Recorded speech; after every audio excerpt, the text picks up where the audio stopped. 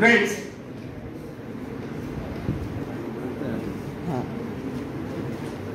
जिस नाव की पतवार आपके हाथ में नहीं, वह नाव आपको पार करा दे, इस बात की क्या करें?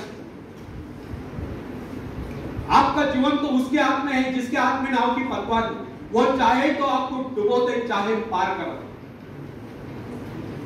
मित्रों, जब नदी में बाढ़ आती है तब जो साहसी है, जिसे अपनी शक्तियों पर पूरा विश्वास है, वह तो तय कर उस पार चला जाएगा। लेकिन जो डरपोक और कायर है, वह तो बीच मझधार में डूबकर अपनी जान देते। सहायता पाना और सहायता की प्रतीक्षा करना, दोनों ही बातें प्रगति की राह में बाधा है। अतः हर युवक या युवती के लिए आवश्यक है कि वह शुरू से ही अपने काम स्वयं करने की आदत डाले। अपने माँ बाप आदि लोगों की शक्ति से विश्वास हटाकर केवल अपनी शक्ति के बल पर आगे बढ़ने की कोशिश करें। जिस क्षण आप बाहरी सहायता लेना बंद कर देंगे, उसी क्षण आपके भीतर आत्मनिर्भरता काम को घुटते हुए महसूस होने लगेगा। स्वयं कार्य करते समय यदि आप असफल भी हो जाते हैं तो बिना उस असफलता को घबराए तुरंत उस कमी की खोज कीजिए जिसके कारण आपको असफलता मिली, और जैसे आप उस कमी को खोज निकाले तुरंत ही उसे दूर करने के प्रयास में जुट जाए। आपका वास्तविक आदर तभी होगा जब आप एक सफल व्यक्ति के रूप में दुनिया के सामने आओ। मगर यदि आप एक व्यक्ति के बाद दूसरे व्यक्ति के आगे हाथ फैलाना शुरू कर देंगे तो लोग आपको मंगता या भिखारी। अतः आप ये प्रण कर ले कि आपको केवल अपने भरोसे जीना है, ना कि किसी की दया पर। क्योंकि बाहरी सहायता किसी किसी वक्त ही वरदान सिद्ध होती है, अधिकतर समय यह अभिशाप ही सिद्ध होती है। फ्रेंड्स, बाहरी सहायता मनुष्य की काम करने की गति को बंद करके शरीर में सुस्ती ला देती है। आप ऐसे लोगों से मदद कीजिए जो आपको जीवन में आगे बढ़ने की प्रेरणा दे। कुछ लोग एक बाजू या एक पाव वाले होते हैं, फिर भी वे अपनी लगन और अपनी मेहनत से अपनी जीविका चलाते हैं। फिर तो आप तो हटते कटते फिर आगे बढ़ने की कोशिश आप क्यों नहीं कर सकते? मैं एक ऐसे व्यक्ति को जानता हूं जिसका एक पैर किसी रेल दुर्घटना में कट गया। उसने कभी किसी से भिक्षा नहीं मांगी, किसी दान लेना गवारा नहीं किया, यहां तक कि अपने बहन भाई का भी उसने कभी सहारा नहीं। उसने एक छोटा सा धंधा फुटपाथ पर आरंभ किया। शुरू में वह न्यूज़पेपर बेचने लगा। 2 पैसे बचाकर उसने वजन तौलने की मशीन खरीदी, उस पर अपना पेट पालने लगा। आज वही व्यक्ति उसी फुटपाथ के किनारे एक बहुमंजिला बिल्डिंग में न्यूज़पेपर स्टॉल लगाकर बैठा है। साथ में जेरॉक्स सेंटर भी खोल रखा है। सुना है आजकल वो मोबाइल शॉपिंग भी चला रहा। वो स्वाभिमानी, किसी से मदद लेना वो अपना अपमान समझता था। आज वही व्यक्ति उन लोगों को जिनके हाथ पैर सलामत है, ऐसे परिवारजनों को खिलाता पिलाता है, उनके हर प्रकार की सहायता और मदद करता है। तो इसमें किसी को हैरत नहीं। आज वो दूसरों की सहायता करने योग्य हो चुका है। वो उन लोगों के लिए प्रेरणा स्थान है जो सर्वांग संपन्न होकर भी दूसरों से सहायता पाने की आशा रखते हैं। फ्रेंड्स, मैं केवल उस विकलांग की बात नहीं करता जिसे मैं जानता हूं। इस संसार में ऐसे बहुत से विकलांग लोग हैं जो अपनी हिम्मत से खुद भी खा रहे हैं और अपने परिवार को भी पाल रहे। ऐसे स्वाभिमानी, मेहनती, आत्मविश्वासी और साहसी लोगों को अपनी जीविका चलाते देखकर हमें स्वयं के विषय में सोचना चाहिए कि क्या हम पूर्णतः स्वस्थ हैं, साथ ही सभी अंगों से युक्त तथा शरीर से चुस्त मस्त होकर भी क्या हम अपने आप को समर्थ समझने का अधिकार रखते हैं? यदि हाँ, तो फिर किसी दूसरों से सहायता की प्रतीक्षा करो। कोई भी स्वस्थ तथा सर्वांग संपन्न व्यक्ति तब तक अपने आप को समर्थ समझने का अधिकार नहीं रख सकता जब तक वो समझता है वो किसी का अधीन। वास्तविक स्वतंत्रता एक ऐसा उपाय है जिससे मनुष्य की शक्ति दोगुनी जाती है। इस प्रकार की भावना अन्य किसी प्रकार से प्राप्त नहीं। जब कोई युवक या युवती अपने हिम्मत के सहारे किसी व्यापार में उतरता है, उसके मन में श्रेष्ठ भावना अवश्य उत्पन्न होती है। यही भावना उसे प्रसन्नता प्रदान करती है। इससे पहले किसी के अधीन न होकर चाहे वो कितना ही बड़ा कारोबार क्यों न कर चुका हो, परंतु उसे स्वतंत्रता से अपने आत्मविश्वास के सहारे साहस के साथ काम करने में एक नए आनंद का एहसास होता है। फ्रेंड्स, जब सागर शांत हो तो जहाज के चालक को अधिक होशियारी से जहाज चलाने की आवश्यकता नहीं पड़ती, लेकिन जैसे ही तूफान आता है और जहाज डूबने का खतरा पैदा होता है, तब यही चालक या कप्तान अधिक सावधानी बरतने लगता है। जब जहाज में सवार सभी लोग घबरा गए होते हैं, तब यही कप्तान मुस्कुराता हुआ अपनी संपूर्ण योग्यता को काम में लाता हुआ जहाज को डूबने के संकट से बचाकर सही सलामत ले जाता है। वास्तविक ऐसी योग्यता की परीक्षा दुख और संकट के समय में होती है। जब कोई इंसान थोड़ी पूंजी लगाकर अपने व्यापार का विस्तार करता है तो उसे वर्षों तक कठोर परिश्रम करने पड़ते हैं। इस परिश्रम से वह कुछ कमाने योग्य होता है। यह परिश्रम ही उसके विजय का प्रतीक होते हैं। अपने ग्राहकों को शब्द जाल में फंसाकर वो अपने व्यापार को बढ़ाता है और एक दिन सफल व्यापारी बन जाता है। बाद में छोटे मोटे कारोबारी संकट उसका कुछ नहीं बिगाड़ पाते। जो लोग इससे पहले उसे कम पूंजी वाला समझकर उसका मजाक उड़ाया करते थे, आज वही लोग उसकी सफलता की प्रशंसा करते नजर आते हैं। इसे कहते हैं अपने हाथों अपने भाग्य का निर्माण, आत्मशक्ति का चमत्कार। फ्रेंड्स, जिसके पास धन की शक्ति हो उसे शिक्षा प्राप्त करके या विद्या प्राप्त करके आत्म विकास करने का अवसर कहां है? वह तो धन की शक्ति पर निर्भर रहता नहीं सोचता रहता मैं चाहूं तो विद्वानों को खरीद सकता हूं। लेकिन फ्रेंड्स, जो विद्या प्राप्त करना सबसे जरूरी समझता है वह रात भर अध्ययन करता रहता है, क्योंकि उसे पता है कि उसका कोई सहारा नहीं है। सहारा बनेगा तो वह उसका अपना स्वयं का ज्ञान। जिस आदमी को यह पता हो जाता है कि उसे बाहरी सहायता मिलना बंद हो गया, वो या तो अपने पांव पर खड़ा हो जाएगा, गिर जाएगा। वास्तविक उस समय उसे बहुत ही कठोर परिश्रम की आवश्यकता महसूस होती है और सफलता के कलम से बचने के लिए उसे अपने व्यक्तित्व की रक्षा करनी चाहिए। ऐसे लोग अपने आत्मविश्वास की शक्ति के बल पर दिन रात कड़ी मेहनत करते हैं और सफल हो जाते हैं।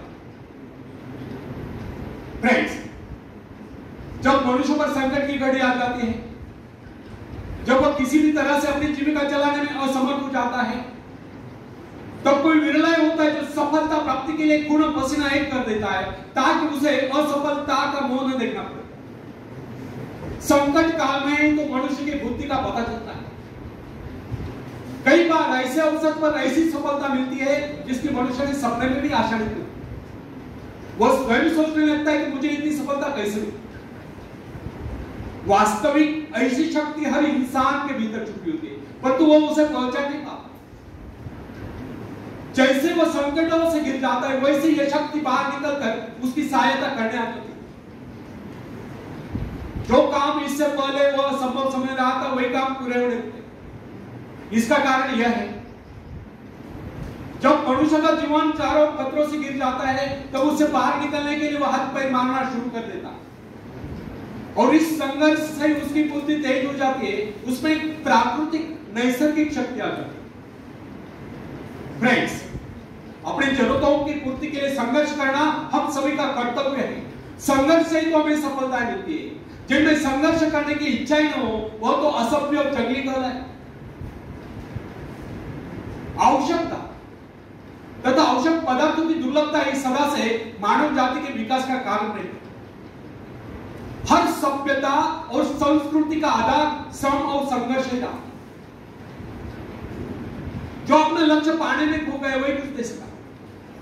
कई वैज्ञानिक अपनी साधना में लीन होकर अपने लक्ष्य को पाने के संघर्ष में जूझते रहे। उनके परिवार जन अभावग्रस्त होकर भूखे मर गए, परंतु उन्होंने अपने उद्देश्य को प्राप्त करके चैन की सांस ली।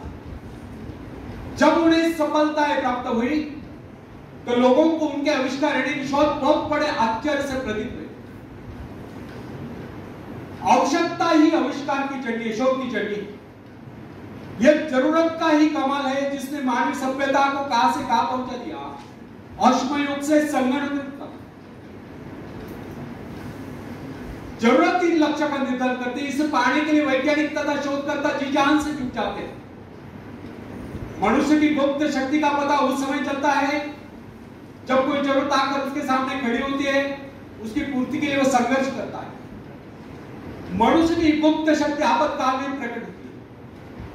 इसका सीधा अर्थ यह हुआ, यदि मनुष्य को किसी वस्तु की आवश्यकता ही न हो तो उसके आंतरिक शक्ति का अंत हो जाए। बाहरी सहायता लेने से भी इस आंतरिक शक्ति को बाहर निकलने का अवसर नहीं मिलता।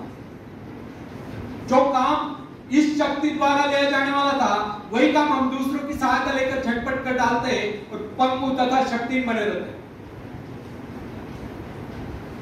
इसलिए फ्रेंड्स, हमें एक बात कदम भी नहीं भूलनी चाहिए, अपने मित्रों की सहायता लेने के बजाय या दूसरों की सहायता लेने के बजाय अपनी आंतरिक शक्ति की सहायता लेना हमारे लिए अधिक उचित है। क्योंकि आत्मनिर्भरता एक ऐसी शक्ति है जो मित्रता यानी मित्रों से ली हुई सहायता, प्रभाव, दूसरों का प्रभाव, धन संपत्ति यानी कि दान करे काम, ऊंचा वंश यानी कि ऊंचे खानदान में जन्म पाए हुए व्यक्ति का सहारा लेना या बाहरी किसी भी प्रकार की सहायता, इन सब की सामूहिक शक्ति से ही शक्तिशाली होती है। इन शॉर्ट, आत्मनिर्भरता एक ऐसी शक्ति है जो मित्रता, प्रभाव, धन संपत्ति, ऊंचा वंश या बाहरी किसी भी प्रकार की सहायता, इन सब की सामूहिक शक्ति से ही शक्तिशाली होती है। आत्मनिर्भरता की सहायता लेकर मनुष्य भीषण से भीषण बाधाओं को भी पार कर जाता है, भयंकर कठिनाइयों पर भी विजय प्राप्त करता है, बड़े से बड़े आविष्कार यानी कि शोध करने में भी सफल हो जाता है। इंसानी गुणों में सबसे अधिक शक्ति आत्मनिर्भरता की।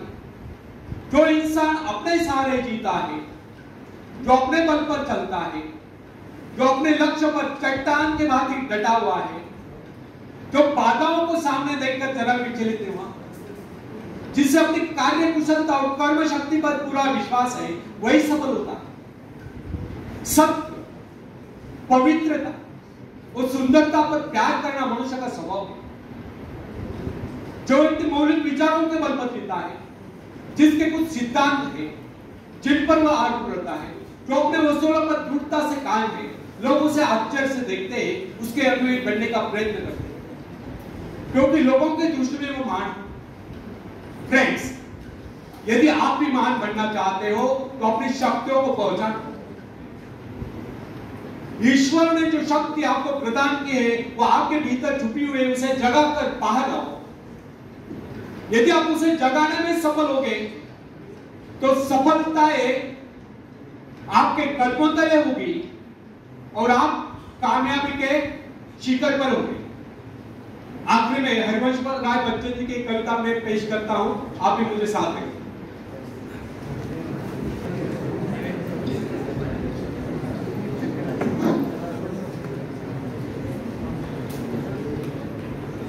बैठे बैठे सावधान।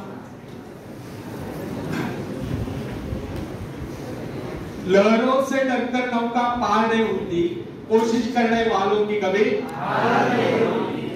नन्ही चींटी जब दाना लेकर चलती है, चढ़ती दीवारों पर 100 बार फिसलती है। नन्ही चींटी जब दाना लेकर चलती है, चढ़ती दीवारों पर 100 बार फिसलती है।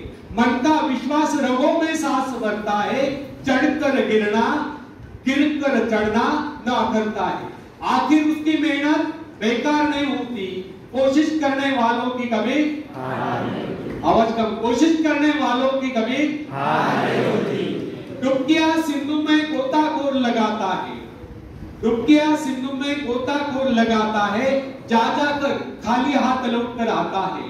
मिलते नहीं सोजी मोती गहरे पानी में, मिलते नहीं सोजी मोती गहरे पानी में, मुट्ठी उसकी खाली हर बार नहीं होती। कोशिश करने वालों की कभी हार नहीं होती, कोशिश करने वालों की कभी हार नहीं होती। और आखिरी पद आप सबके लिए बहुत इंपॉर्टेंट है। असफलता एक चुनौती है, असफलता एक चुनौती है, इसे स्वीकार करो। क्या कमी रह गई देखो और सुधार करो। जब तक न सफल हो निंद चैन को त्यागो तुम, संघर्ष का मैदान छोड़कर मत भागो तुम। कुछ किए बगैर ही जय जयकार नहीं होती, कोशिश करने वालों की कभी हार नहीं होती, कोशिश करने वालों की कभी हार नहीं होती। धन्यवाद।